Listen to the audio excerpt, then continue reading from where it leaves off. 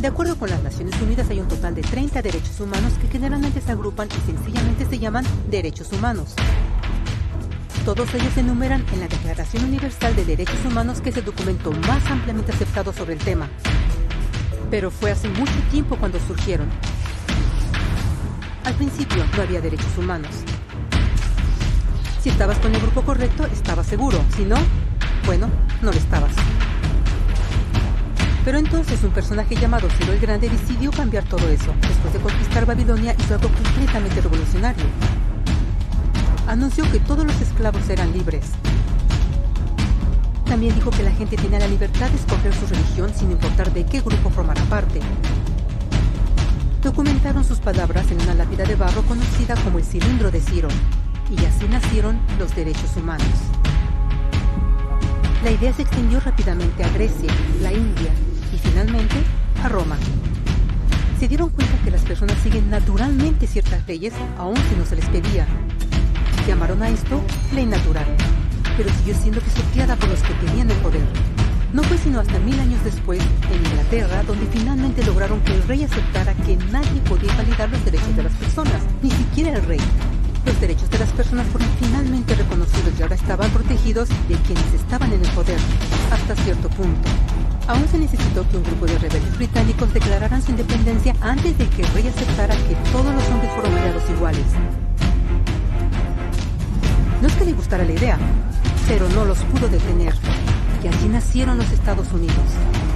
Los franceses siguieron inmediatamente con su propia revolución por sus propios derechos. Su lista era más larga e insistieron en que esos derechos no solo se habían ideado, sino que eran naturales. El concepto romano de ley natural se había convertido en derechos naturales. Desafortunadamente, no todos estaban entusiasmados. En Francia, un general llamado Napoleón decidió derrocar la nueva democracia francesa y se declaró emperador del mundo. Por poco y lo logra. Pero los países de Europa unieron sus fuerzas y lo vencieron. Y los derechos humanos estuvieron otra vez en boga. Se redactaron acuerdos internacionales garantizando ampliamente muchos derechos en toda Europa. Pero solo en Europa. De alguna forma, el resto del mundo todavía no tenía esos derechos. Por el contrario, esos países fueron invadidos, conquistados y consumidos por los enormes imperios europeos. Pero entonces un joven abogado hindú decidió que era suficiente. Su nombre era Mahatma Gandhi. Y ante la violencia insistió que toda la gente en la tierra tenía derechos, no solo en Europa. Finalmente incluso europeos empezaron a estar de acuerdo. Pero no iba a ser fácil. 2 guerras mundiales surgieron. Hitler exterminó la mitad de la población judía de la tierra en horribles campos de concentración nazis. En resumen, 90 millones de personas murieron. Los derechos humanos nunca habían estado tan terriblemente cerca de la extinción. Y el mundo nunca había estado tan desesperado por un cambio. Así los países se unieron y formaron las Naciones Unidas. Su propósito básico era reafirmar la fe en los derechos humanos fundamentales, en la dignidad y el valor del humano.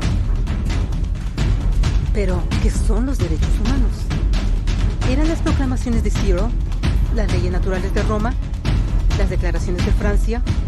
Todos parecen tener una idea un tanto diferente de lo que los derechos humanos deben ser. Pero bajo la supervisión de Eleanor Roosevelt, finalmente estuvieron de acuerdo en un grupo de derechos para todos absolutamente. La Declaración Universal de Derechos Humanos. El concepto francés de derechos naturales se había convertido finalmente en derechos humanos.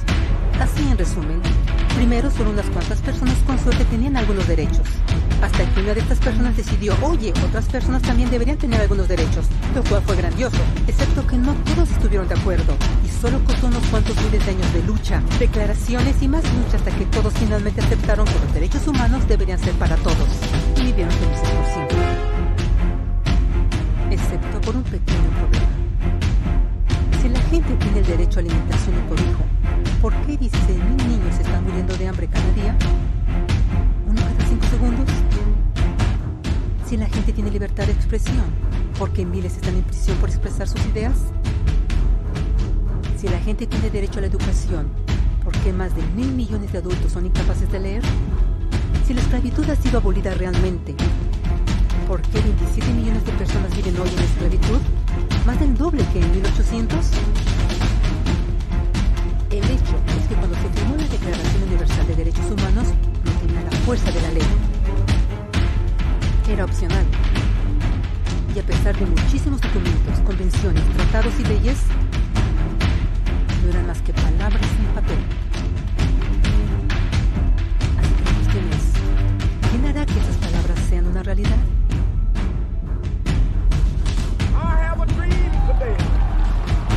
Cuando el Dr. King marchó a favor de la igualdad racial, él estaba marchando por los derechos que habían sido garantizados por las Naciones Unidas desde hacía casi 2 décadas.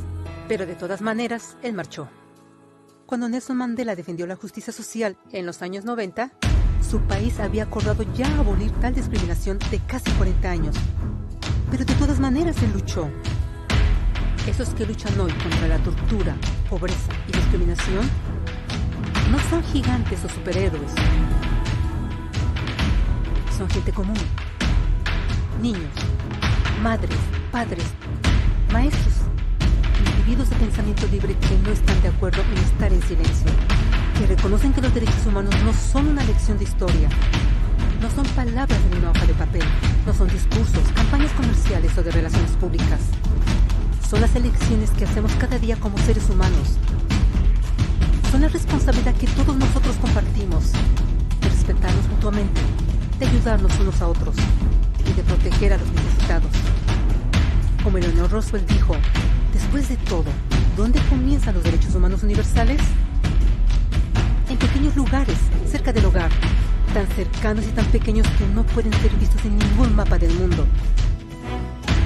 Sin embargo, son el mundo del individuo común, el vecindario donde vive, la escuela o universidad donde estudia, la empresa, la granja u oficina donde trabaja.